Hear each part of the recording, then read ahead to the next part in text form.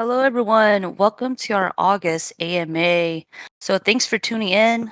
Summer is almost over and the kids are back in school in the United States. I hope everyone had a good time watching the Olympics too. And the DAO governance just launched this week, so make sure to check those RFCs out.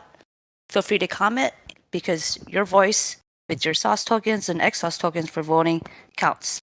I'm here today with ABFTFTW as the co-host. Hey there, Pineapple. Yeah, it looks like break dancing is an Olympic sport now, but I guess being an election year, this year was great for the Dow as a kickoff. All right, guys, enough chit chat for now. Let's kick off this Q&A. What's the first question from the community? Thanks for that, ABFT. Our first question is from Patrick. Any news regarding RWAs coming to SaucerSwap?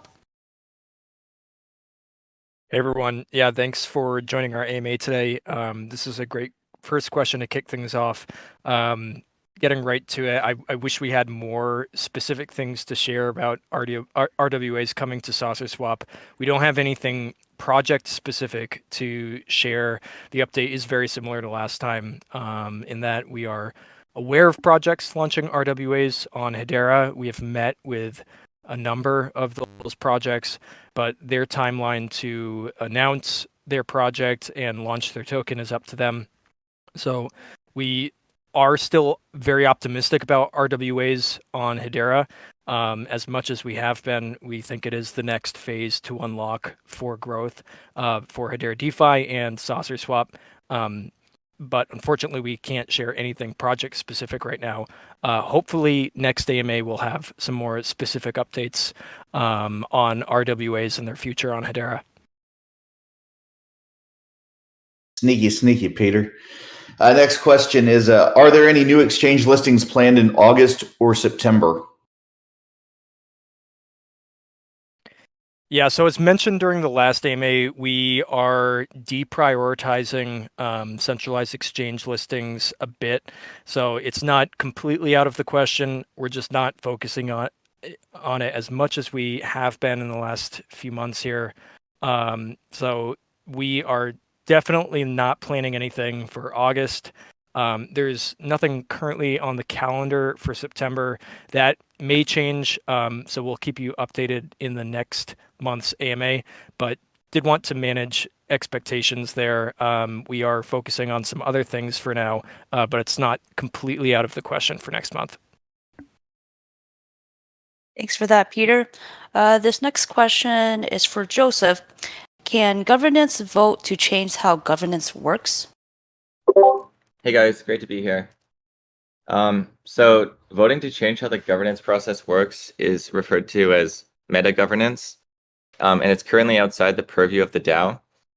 Protocol activities which the DAO can vote on include V1 and V2 incentives and creation of V2 pools. You can find a comprehensive list in the SaucerSwap docs. Yeah, it's like trying to game the genie by wishing for more wishes or something, I guess. And hey, Joseph, you forgot to say glad to be here. Boo. Next question is from Chris V. Is the team planning to invest in top influencers on Twitter and YouTube, key platforms for promoting SaucerSwap in the crypto space? Peter, we looking at Mr. Beast or no? Probably not Mr. Beast, but yeah, so in terms of content creation, we have some kind of general guidelines for this. So we focus mainly on creating educational content about ideas and features rather than strictly promotional content. There are some exceptions to this. We have worked with Karate Combat, for example. If you guys saw the last Karate Combat event, we ran a promotional advertisement during that event. We've been on the mat with Karate Combat, so that kind of is promotional in nature. But that more so is the exception than the rule. We try to focus on educational content. And another point here is that we do spend more time on marketing when there is more activity in Web3 and crypto. So in times like now, I think, a pretty good barometer is just the attendance during this AMA. It's less than AMAs in the past, and that is a product of just lower activity. So we don't tend to focus as much on marketing during times like this, and tend to focus more on development. During the deep bear market, we were really heads down with development. And that's when we were working on SaucerSwap version 2. And that was a big development for the protocol. So that's kind of how we operate. Of course, marketing and development are not mutually exclusive. What's kind of naturally happened is that we've found a rhythm that oscillates between development sprints and then marketing some of the features that we developed. And that happens pretty naturally. We're currently more in the development swing of things right now. There's a few just low-hanging fruit problems that we want to knock out. If anyone has used SaucerSwap in the last couple weeks, there's an issue with Wallet Connect and just connectivity and disconnection. So we're working on solving that. We are also working on a so-called Larry 300 project, and we'll have more information about that soon. The kind of elevator pitch for that one is that it addresses token listings and some of the issues creators and the community have had with the default and extended listing, and kind of how we can manage that in a decentralized way. It also tries to solve some scalability issues so that we can scale up and have data available for users when they need it without having a kind of overly expensive architecture and backend. We're also working on some sustainability initiatives as we work to transition to a financial model that will work after tokens are fully vested in about a year. So those are some of the things we're thinking about, we're working on, and we are not really actively marketing as much right now as we expect to once activity returns to the market. Thanks for that, Peter. This next question is for Joseph. Why is V2 permissioned? Would it not be preferable for trade volume and liquidity to make it permissionless like V1? SaucerSwap V2, which of course is concentrated liquidity, is currently permissioned. And this decision was made based on several factors. So the primary one being to prevent liquidity fragmentation while it remains relatively scarce. Another factor is the technical overhead of operating a user interface for the protocol. So unlike DEXs on other networks, SaucerSwap developers don't have access to a subgraph. This conveniently stores historical data on-chain. Developers must instead build and maintain a backend, which can be time-consuming and costly. So despite all this, the V2 pool creation may eventually become fully permissionless, possibly as Hedera gains more infrastructure, such as a robust subgraph. I must say, if you need to go into some other field educations, you're calling because you explain things very well. Awesome.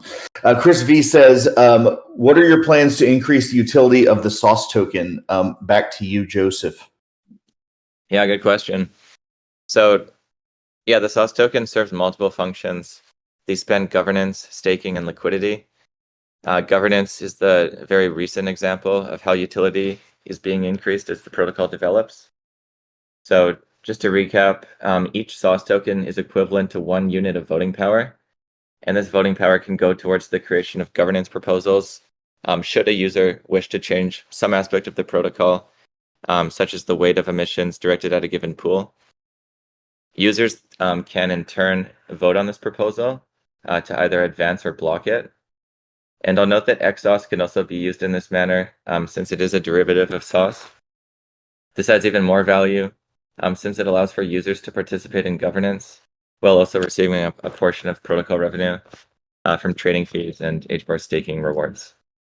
So moving forward, sauce will gain additional utility through phases 2 and 3 of single-sided staking. And this involves staking XSauce to earn project tokens. This is expected to become the main focus of development once governance is confirmed to be operating smoothly. Thanks for that, Joseph. And this next question is from H. Barbara. You're back. Awesome. And they're wondering, can the team give us examples of the synergies of DEXs and lending protocols from other networks? How much did trading volume and TVL change from a launch? Yeah, no, so the synergies between DEXs and lending protocols have proven to be powerful catalysts for growth in terms of volume and TVL. So case in point is the integration between Uniswap and Aave.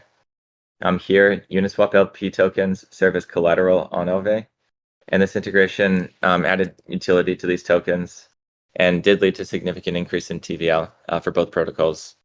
So I believe a similar integration exists between PancakeSwap and Venus on BNB chain. I guess in addition to this potential for integrations, I anticipate flash loans on Bonzo to be a major driver of volume.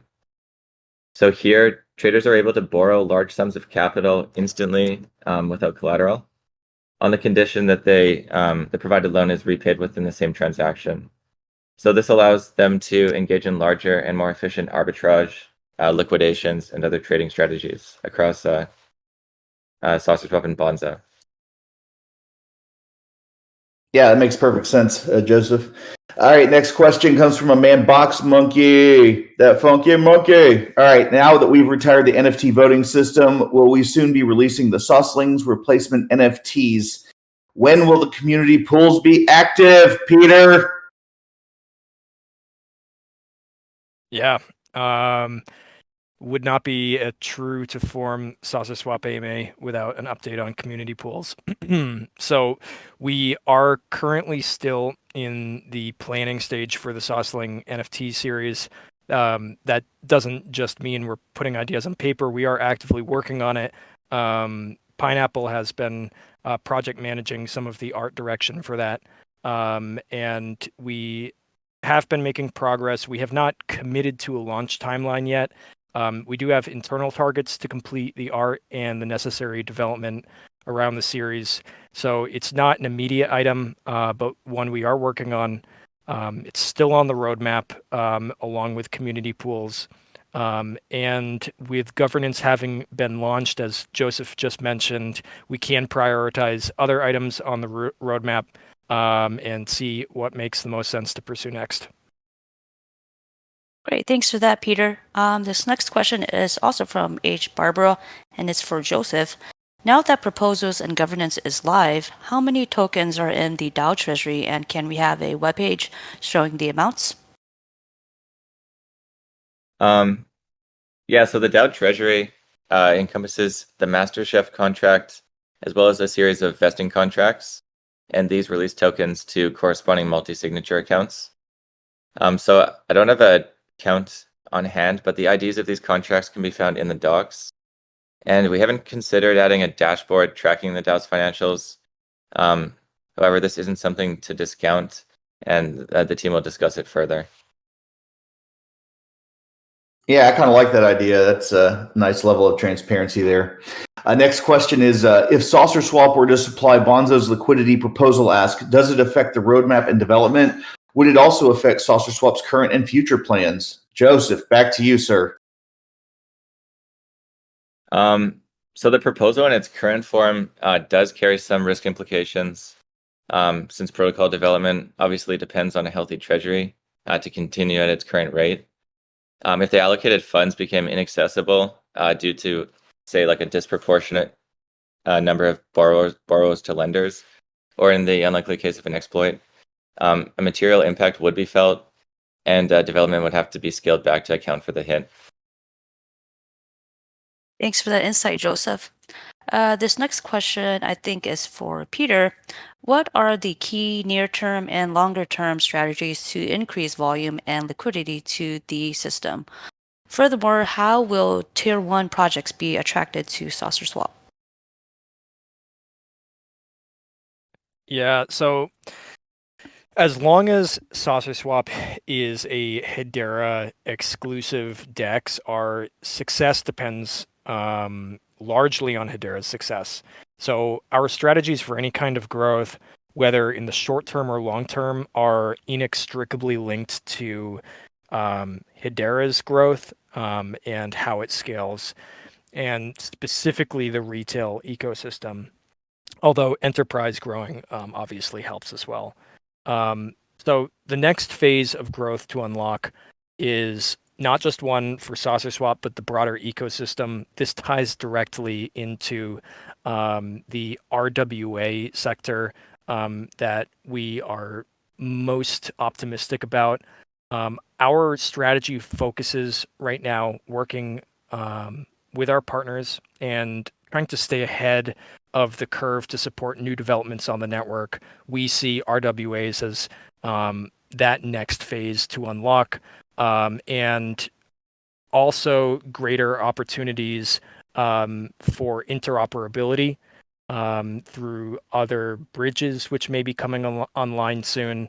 That is another area that would contribute to just greater ecosystem liquidity and volume. So migrating liquidity to Hedera from more established networks continues to be a key area for growth. So I would say it's those two things, RWAs and migrating liquidity from other networks to Hedera through more interoperability solutions. Yeah, real world assets are really what have my attention on Hedera, and I can't wait to see more adoption in that area. Next question is, why do sauce and XSauce prices differentiate so regularly? So, for example, XSauce could be up 4% and sauce could be down 3% at the same time. What gives? Yeah, and I know that must be confusing. It's likely due to trading activity in XSauce liquidity pools, causing the price to deviate from its peg. And this peg is set by the ratio of sauce and XSauce in the infinity pool. Thanks for that, Joseph. This next one I think is also for you. So when you select a token drop down in the swap menu, it doesn't list the tokens held at the top. Can we suggest tokens held are listed first for easier trading and visibility? Yeah, thanks for the suggestion. I agree that the user experience of the token menu could be improved. We actually have started some product development around UI UX refinements. So in addition to making tokens with non-zero balances more readily accessible, other ideas we've thought of include possibly categorizing tokens by type, so RWAs, for example, or adding like a global search bar that filters by token and pool. So yeah, thanks again. Yeah, I like that question and those ideas as well. Next question comes from Manon. I like this as well. Could you please upload the AMA sessions to your YouTube channel for those who can't join live? Peter? Yeah, we can do this. We've done it in the past. So Pineapple and I will meet this week to make it an ongoing action item. I understand that not everyone can attend these AMAs, and sometimes finding the recordings in Discord isn't the most convenient. So we'll help everyone stay up to date with all the developments by uploading them to YouTube. Sounds good, Peter. This next question is, great work, SaucerSwap Labs team. Do we have a commonly recognized name for fellow sauce enthusiasts, i.e. Saucers, Alien, H-Barbarian, or something? And I'll just go ahead and answer that. It's Saucelings, which is also the name of the Saucelings NFTs that we are currently working on. That's right, Saucelings. All right, guys, I would like to personally thank each and every one of you for tuning in and continuing to engage and participate in the SaucerSwap community. Now, before we go, Pineapple would like to extend a very formal thank you to the community. Pineapple. Thanks, ABFTFDW. And thank you for those that submitted questions. Please feel free to check out our governance. We have two proposals or RFCs right now. And before we sign off, the team would like to award a dog star to a community member.